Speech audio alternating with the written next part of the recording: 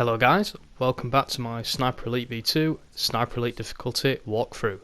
This is mission Kreuzberg headquarters, I think that's right, but this is the hardest level in the game, and I'm pretty confident in saying that because it's the longest one I had on footage. As you can see, the video is 23 minutes here. When I first did this, the initial footage was 30 minutes, so I had quite a few deaths here. But we start off with a lovely grenade shot, but in this opening bit you're going to have a look at that 3 for 1, lovely. But in this bit you're going to have Russians against Germans attacking each other over this little area, so pick whichever side you want to win. Just make sure the tank's gone and take out the sniper because he's the one that caught me out first time. And little thing to note, when you are in that animation, a bullet cam, you are invulnerable, you're never going to get killed in it. And I do think you get some recovery frames, but I could be wrong about that. Because generally I'm not out in the open when I'm taking shots like that. But as you can see, taking out the sniper and the tank, so now I'm free to take out the Russians on the left side. Then I can move on to taking the Nazis on the right side. So defeating both ends of the political spectrum with my sniper rifle. But why is this mission the toughest, you ask? And well, to be fair, this section alone is pretty rough. You have to do some very cheeky respawning that gives me vibes of Uncharted 1's enemy placement, where you'd clear out an area and then move forward 2 steps, and next thing you know it's full again, and you have to play not so great combat constantly, but yeah, it kind of gives me that kind of vibe. So as you see, it quietens down, but it's going to fill up, because I think it's like 6.5 minutes to get through the first checkpoint, or when I next die, which is just round the corner, so that goes to show. Yeah, so we've just had enemies repopulate the area. You can always tell through the music. This game is actually very good at that. As I don't want to be on cover, because this cover is very stiff, so I don't really want to use it. But the reason this mission is generally quite famous or infamous is the very end. The very end of the mission has you taking on, you know, I've never counted how many snipers you do, but it's very similar to the last mission. But except this time you are stuck in one spot. But I think it's a lot easier to memorise enemy patterns. None of the snipers are going to sneak up on you like the last mission. But it's the one on your first time through that's probably going to give you the most grief. But as you can see, the Germans are back now, so I've got 2 runners coming towards me, but the MG guy needs to go because obviously he can put me down the quickest. So I'm going to focus on him. So there we go, lovely shot. But this is all standard Sniper Elite stuff, guys. You've all done this. We'll obviously talk more Sniper Elite as we go on, but yeah, just do your usual thing. Take cover, take shots when necessary, and you should be fine. You've made it this far. You are very nearly there. And I say, this is probably the hardest thing you're going to have to do in this game. And you'll be on the way to getting that trophy. But what is going on right now? I suppose I can use this as a bit of an update for the channel. Now that we've almost got Sniper Elite V2 done, which has been kind of hanging over me for a while now as a series, because I started it quite a while back. Got these lovely sniper kills though. But so what's coming next? Well, with the announcement that Modern Warfare 2 Campaign Remastered is going to be free, I intend to cover that. I'll probably just do a veteran playthrough, and it will be a playthrough. I can't be too bothered to do a walkthrough. I know that game well enough to just do a casual playthrough, so it'll be a lot more of a relaxed vibe, shall I say. It's not going to be like, oh, you gotta do this, do this, do this, do this, do this, do this, do that, shoot this guy with a turret, grenade launch him. It's not going to be a walkthrough, me telling you how to play a game. It'll be me just chilling on a game that I have good fond memories of. Definitely one of the best Call of Duties, and I think somewhat signalled the end of its golden era from 2003 to 2009, although Black Ops 1 was very good. This is a scary moment. This is probably a mission where you can pack the Luger instead of the well rod. I don't recall using the well rod at all in this level, so I'd take my advice there and use the Luger because it's a lot better. But yeah, this mission is just crawling with enemies. And again, guys, I've not seen a checkpoint, so if you die here, I'm fairly certain you're straight back to the start, so it's pretty nervy. But as I say, we were going to do Modern Warfare 2 Campaign Remastered. That should be a fun one. Should be able to knock out quite quick. It's not a long game after all. and if it's not a walkthrough, it will require less tweaking and editing, so should just be able to go with the flow. Obviously the Bedley series is back, Goes Till I Die. That's going to be every Friday. Just a note that you can get, if there is more, there can be more than one on Friday. So for instance this week I think there's going to be part 2 and part 3 on the Friday night, or Friday morning rather. So there's plenty of content for that. Well ahead with recording that. We're already coming up to November in where we recorded, and obviously if you've been watching it, the series has only just got underway pre-season, so we're well ahead. So there's no reason why that can't be on schedule every Friday. And then of course Devil May Cry playthrough continues as normal. I'll be recording some new levels today and putting them up, so that series will be back in full swing as we go all the way to DMC, the reboot. But I believe we've finally cleared this area, but it just goes to show guys, it is a slog of like 6.5 minutes. Oh, we're not done. I think I'm going to use third person cover trick here. That if you watch the Uncharted playthrough with the trank gun, we obviously use the strategy a lot. Standing behind cover bit, aiming through it, so to speak. It is the only way to do most third person shooters on the hardest difficulty, so... But you do that guys, that will get you your checkpoint. There's a crossfade there because I do die, because it happens. But what I'm looking forward to with this playthrough of course is the next 2 levels are a lot shorter than this one. They're only I think 12 and 13 minutes, so a lot less to commentate, a lot easier to knock out. But just be careful on this section, because I said I did die here, and I died when I got right to the end of this, at the entrance to this metro tunnel. 2 enemies spawned behind me and took me out. It was very annoying. I think it's because I was trying to get on the turret and shoot them and be a bit smart about it, but not the best idea.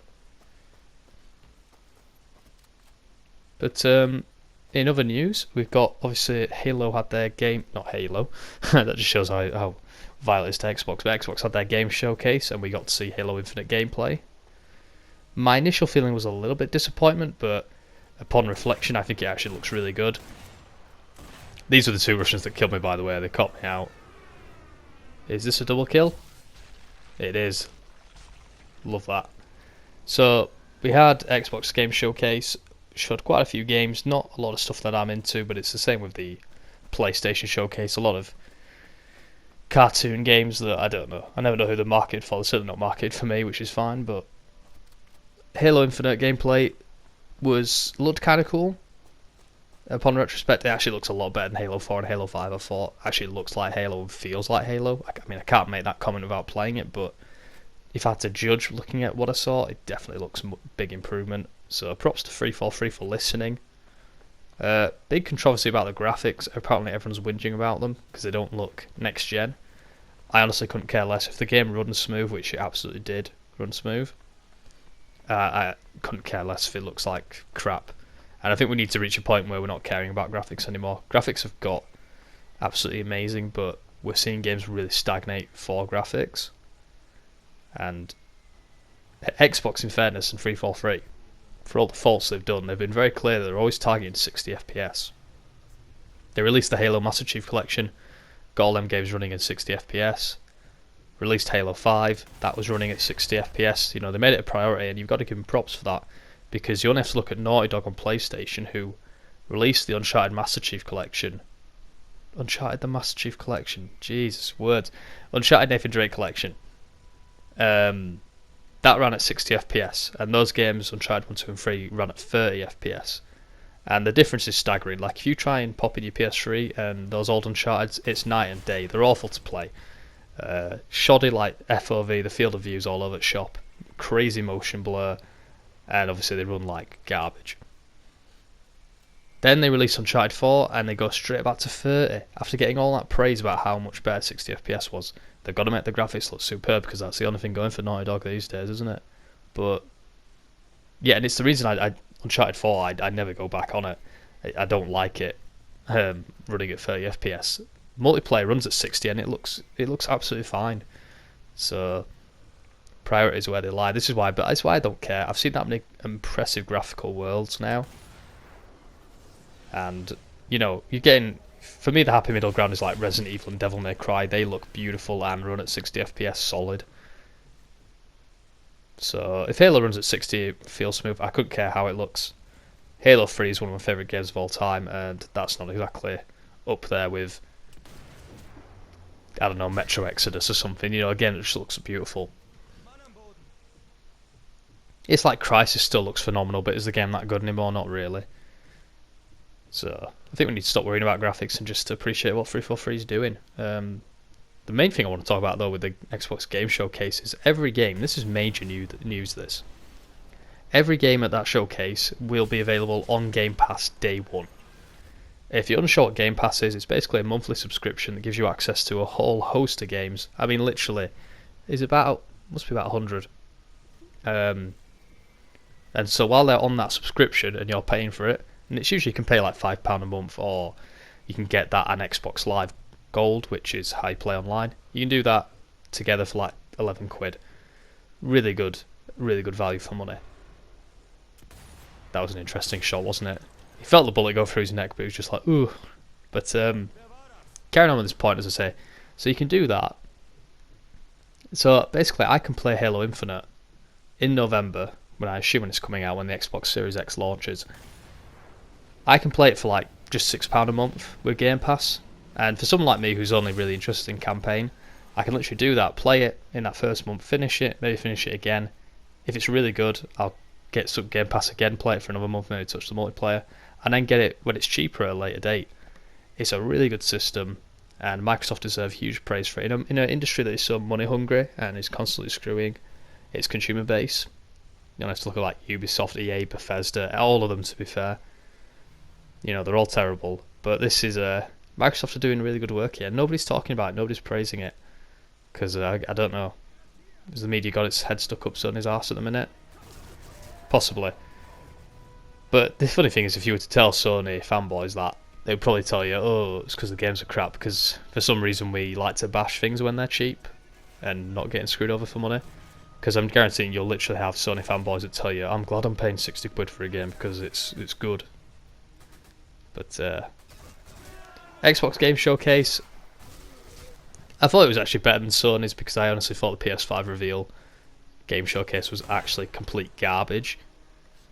It somehow was worse than my expectations. The only thing I was hyped for was Resident Evil 8, and I'm not going to attribute that to PlayStation because that's coming out on Xbox as well. It's just happened to be on Sony's showcase.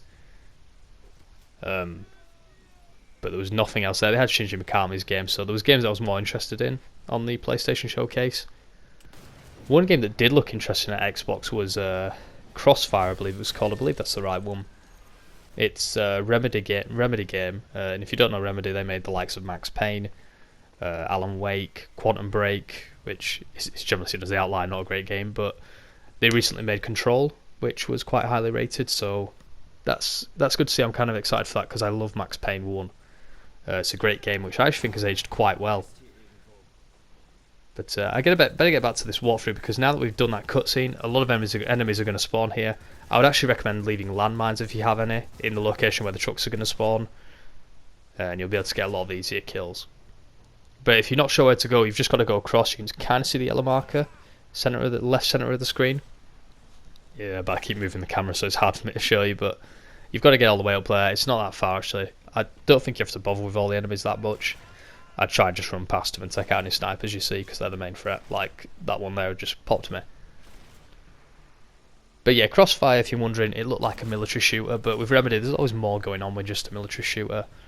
And to be fair, these days military shooters are kind of a rarity. Yeah, we've come a long way since, well, when I was talking about Modern Warfare 2, when every game was a modern military shooter. But with Remedy you can guarantee there'll be something interesting going on there. There's always more to the surface. In fact, when you boil it down, Max Payne's probably the simplest. It's just a disgruntled cop whose family's been killed and he's seeking revenge. Unlike, say, Quantum Break, where you're messing with time and everything. And I have actually played Quantum Break, and yeah, I definitely agree with like the average reception it gets, but there was some interesting ideas there. I really like their concept of time travel. I thought it was really clever and quite grounded. And playing it could have its moments, but for the most time it was kind of dull. A dull third-person shooter. in a time when you can play Gears, and you know, even Uncharted 4 was probably a superior title. I think the problem was it was far too easy, Quantum Break. Like, I went through on hard, and was there even actually a difficult? Yeah, there was a hard, wasn't there? Some games don't even have difficulty levels these days, but yeah, I went through on hard and it never gave me any much grief, so. Which isn't me trying to boast, by the way, it'll be like a big show off, because say Uncharted 4 Crushing did give me some difficulty.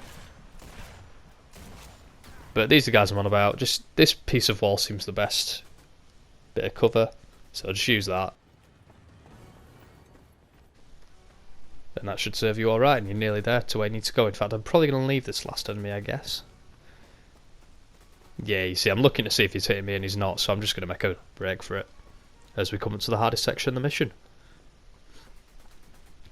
But, yeah, those are the Xbox Game Showcase. Looked kind of interesting. But another game we may cover on the channel is Vanquish. I recently got that. If you don't know Vanquish, it's probably the best third-person shooter ever made. Nothing like Gears of War in the competition. It's a lot of fun. So I'm kind of tempted to cover that because I do love that game. And it's one I want to play more of. But here we are, we're coming up to the hardest section now after this cutscene. So here we go, just enter the room. Skip the cutscene, although you can't skip the cutscene, but here we are. This is the section you are here for. This is 7 minutes of a complete and utter grind. So that enemy is always going to be there. So take him out best you can. 178 meters that one, so it's a hell of a shot. Usually I get testicle shot on him, so kind of disappointed I didn't. But you want to head up here. I like to head to this room in the left, usually. Although no, you can't see anything from here, so ignore that. But come here, this is some good cover, I think. What I like to do is hide in cover most of the time and try and bait enemies to take a shot at me. So we see one up here, he hits me. I'm going to try and be cheeky and get him. So there we go. That's 2 down. There is actually a trophy for killing all of these, and generally on the hardest difficulty you're going to do that. Now, I believe I'm looking at a crane. Yeah, you should just see that crane in the distance. There's always an enemy on this. So I think you can. The spawning is very like archaic in design. It's based on how far you move forward, because there's no way somebody's on that crane afterwards. It's just how the game works. But the amount of enemies this game does throw at you is insane. But the game wants me to push right up here. But make sure you fill up your ammo. And you've got plenty of bullets. Don't worry, ammo's not an issue here. But take cover immediately here, because that is a spawn right there, and that's a. This is what I mean. This is why this section is so difficult. Because you know, you've got 2 snipers firing at you, and if I move out of cover here, I'm dead. Because they'll both hit me at the same time. That's me put to death. And look at that. This is where the slow getting out of cover really, really makes you pay. Because as much slagging off of Uncharted's combat as I do, at least generally you are. There's very little downtime between Nathan Drake moving out of cover and aiming. Unlike this game where it takes a bloody eternity, and in sections like this it's very frustrating. But you see, I'm trying to bait him to do a shot. There we go. But unfortunately my angle's awful, so I have to spend more time on health regenerating. But if you ever wanted an argument against health regeneration, this is it. Because, like many of its detractors say, and it's kind of hard to argue, it's just a system of popping in and out. It's not very fun. And it's interesting that we're moving away from regenerating health. We definitely need, I think, a new way of doing health. We seem to be settling now for this middle ground where you have to use health packs if you get severely damaged, but it is partial regeneration. The problem with that is it's just nothing new, is it? But this guy's giving me a lot of grief, and I tried to commit to it, but my aim's awful. But just be prepared to be patient, guys. Don't risk it, because it's all one checkpoint. There's nothing's going to help you in between. But here you go. Crane guy's down. And if you keep an eye out, his body will actually fall, but unfortunately I don't think you can see it. It's actually quite funny when you watch it fall, because it's such like a limp like body that's gone. But I'm just looking out for this sniper who was more than confident to shoot me. There he is. But yeah, Carl's going to take plenty of bullets. He's absolutely fine. Absolute man lad. There he is. If you're a bit unsure with this section, guys, when you take one hit, just go back into cover. Don't risk it. I did this section not long before I recorded this on the PS3, so I was kind of confident going into this. But generally this section is the one that kills you the most. But if you're wondering, on this time I did do actually in one go, so it can be done. But if it's your first time through, don't expect to do this first time. It's going to take more than a few. It's there, you see. Just look for the flashes.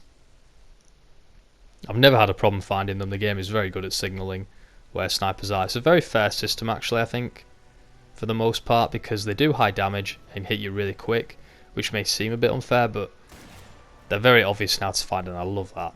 I kind of like not having the bullet cam sometimes, because you just see the body just fall. And of course, if you don't like the bullet cams, you can turn it all off. But sometimes it can be a bit awkward, like here, I'm hearing the shot and I know somebody's trying to get me, but this cover is worthless. So, trying to find him. But yeah, these are the awkward bits, because the minute they take a pot shot at you, but then they're not that bothered for a bit. There you go. You heard the shot then. There he is. That gives me massive Vendetta vibes in COD World at War. That's annoying. There we go. Took 3 shots, but we got him. But yeah, I believe the trophy for taking them all out is called High and Mighty, but there's no way on this difficulty you're doing that. You're doing this section without killing them all. Do not try and jump that gap. We've all done it. We've all killed amazing runs where we were nearly there, thinking you had to jump. There is no jumping in this game. But as you can see, we've got one in the main tower. He needs to go. And I think we're also going to get enemies that spawn to our left behind us. So that's nice. Look at all the points you rack up though. So as you can see, I'm aware that there should be an enemy in that church, but sometimes the spawning is different. Because as you can see, there's nobody there, but I have had somebody spawn there. See, I did get a pot shot then, and I believe he'll be in that house there, near the chimney. And this is awkward cover because Carl is kind of exposed. That was a really risky shot, that one. Oh, don't try that, because that literally could have gone all wrong then. But I'm keeping an eye on that church, but I don't see anybody, and I think that may be the last guy. You'll generally be able to tell because nobody's shooting you. But yeah, I think you can either get an enemy on the chimney or he's in that building I keep looking to my left. But nobody shoots me, so I decided to just make a break for it. And as soon as you hit this window, guys, you are there. You've done it. That is the hardest mission in the game done. If you can do that, you can definitely finish the game. And you're well on your way to getting the Sniper Elite trophy. So thank you so much for watching, guys. I'll see you next time.